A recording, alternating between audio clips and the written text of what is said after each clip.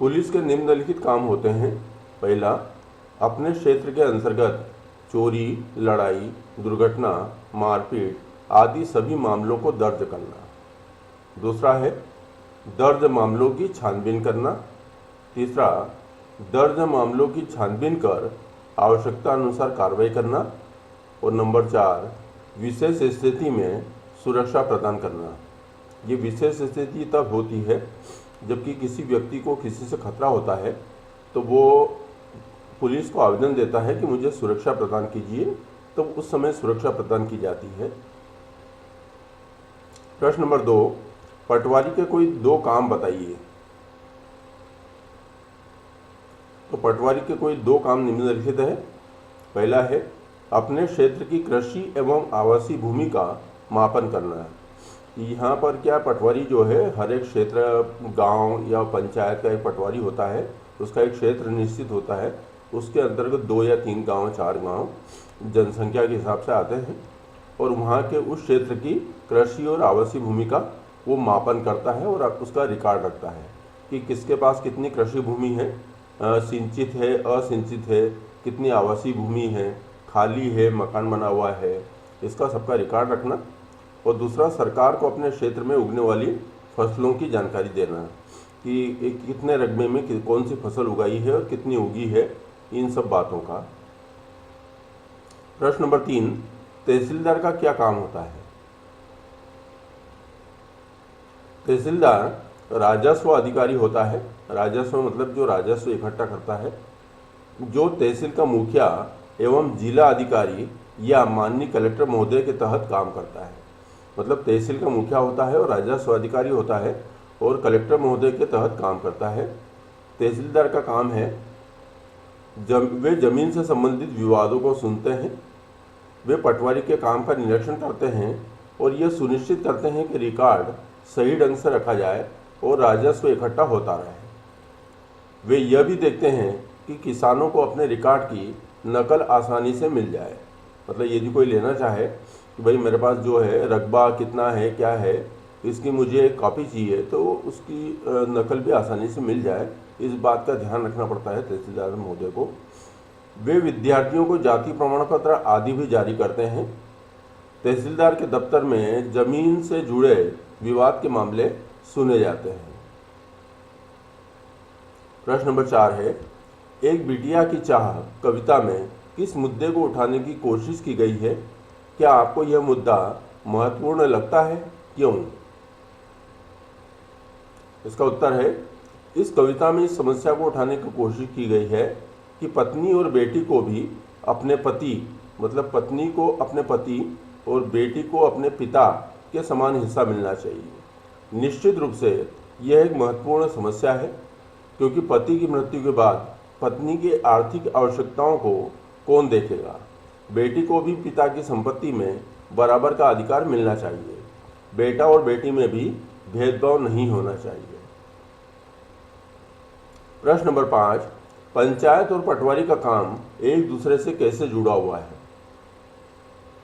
इसका उत्तर है, पटवारी भूमि के मालिक, उसकी स्थिति, नाप और अन्य विशेषताओं का रिकॉर्ड रखता है। मतलब भूमि का रिकॉर्ड भी रखता है, भूमि की स्थिति, कहाँ पर भूमि है, उसकी कितनी माप है और सिंचित है कि असिंचित है। ये प्रत्येक मालिक, मतलब प्रत्येक भूमि मालिक की संपत्ति का, मतलब भूमि का रिकॉर्ड रखता है।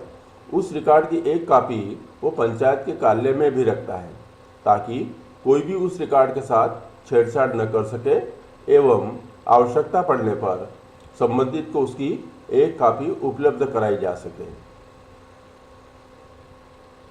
प्रश्न नंबर 6, किसी पुलिस थाने जाइए और पता कीजिए कि यातायात नियंत्रण, अपराध रोकने और कानून व्यवस्था बनाए रखने के लिए पुलिस क्या करती है, खासकर त्योहार या सार्वजनिक समारोह के दौरान।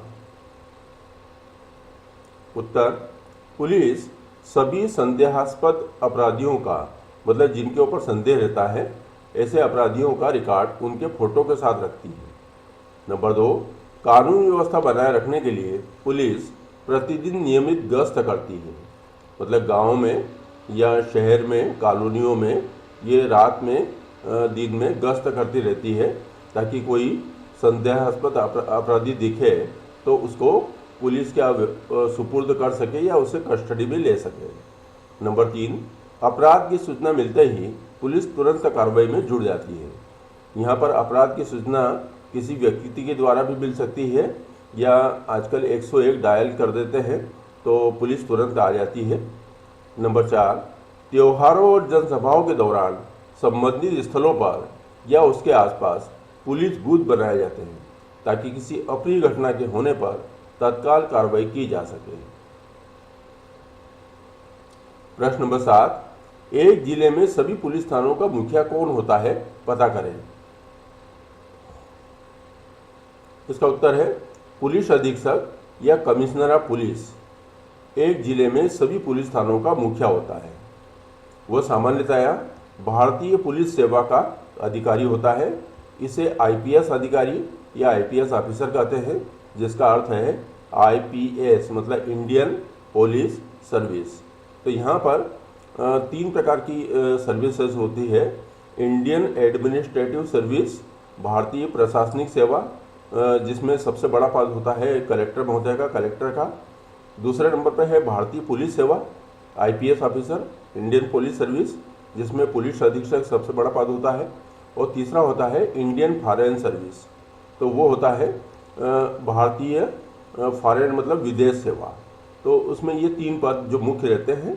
और यहाँ पर सभी पुलिस थानों का, जिले के जितने भी पुलिस थाने हैं, जितने भी अधिकारी हैं, उनका सबका बॉस जो होता है वो पुलिस अधीक्षक होता है, जिसको हम बोलते हैं कमिश्नर ऑफ पुलिस या पुलिस कमिश्नर।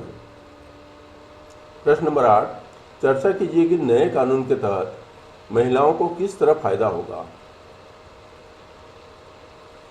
इसका उत्तर है नया कानून हिंदू उत्तराधिकार संशोधन कानून 2005 है। इस नए कानून के तहत बेटों, बेटियों और उनकी माता का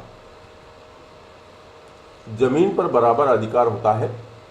सभी राज्य और केंद्र शासित प्रदेशों पर यह कानून लागू होगा। यह कानून बहुत से लोगों को लाभान्वित करेगा। कभी मुसीबत आने पर वे अपने हिस्से की जमीन से काम चला सकते हैं। तो ये नया कानून है हिंदू उत्तराधिकार संशोधन कानून 2005। प्रश्न नंबर 9 है, आपके पड़ोस में क्या कोई ऐसी औरत है या महिला है जिसके नाम जमीन जायदाद हो? यदि हाँ, तो उसे यह संपत्ति कैसे प्राप्त हुई? तो देखो, उत्तर है इसका हाँ, पति की मृत्यु के बाद उसकी संपत्ति का हिस्सा मिलने पर। तो यहाँ पर एक चीज और समझ लें, यहाँ पर जिसके नाम जमीन जायदाद हो, यदि हाँ, तो उसे यह संपत्ति कैसे प्राप्त हुई? तो संपत्ति प्राप्त होने के बहुत सारे तरीके रहते हैं, अलग अलग केस रहते हैं। जैसे अगर मान लो पति सेवा में नहीं है और पति की मृत्यु होती है, तो पति के नाम से जो जो चीज़ें रहती है वो मृत्यु के पहले ही नॉमिनेशन होता है उनका। तो नॉमिनेशन में ज़मीन जायदाद जो भी रहता है उनका नॉमिनेशन पत्नी के नाम पर होता है। तो और अगर न भी हो नॉमिनेशन, तो मृत्यु के पश्चात परिवार वाले जो है वो एक शपथ पत्र नोटरी के माध्यम से या वकील के माध्यम से बैंक में प्रस्तुत करते हैं या संबंधित जहाँ जहाँ परिसंपत्तियाँ हैं वहाँ प्रस्तुत करते हैं। तो नॉमिनेशन पत्नी के नाम पर हो जाता है और फिर सारी संपत्ति जो है वो पत्नी को मिलती है। यहाँ पर पति की मृत्यु के बाद उसकी संपत्ति का हिस्सा मिलने पर यदि मान लो पति शासकीय सेवा में है तो नॉमिनेशन पत्नी के नाम पर होता है और पुत्रों पुत्रियों के नाम पर भी